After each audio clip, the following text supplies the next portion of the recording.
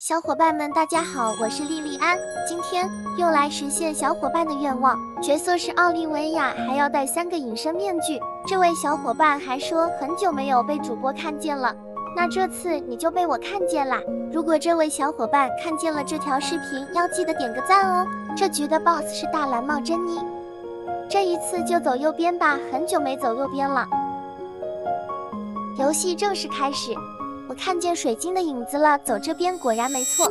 看我快速破解，很好，第一台水晶被我完美破解，让我找找哪里有第2台水晶呢？我又看见水晶的影子了，走走走，快去破解。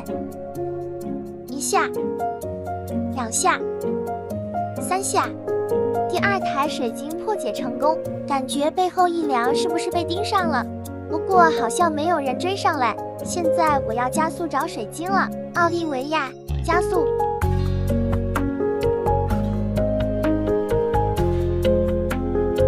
找到了第3台水晶，1、2，被追捕者盯上了，看一下，是大灰狼，还好他时间到消失了。3，破解完水晶，戴上我的隐身面具去救队友吧。哈哈，还好有隐身面具，不然这个时候我都被珍妮发现了。开启快速救援，珍妮在我的快速救援下已经成功复活。快走，我的隐身面具时间要到了。隐身面具时间到了，珍妮也发现我了，那就用个传送到楼下，终于甩掉珍妮。现在我们需要找到最后1台水晶，破解成功就可以逃出去了。去楼上看看。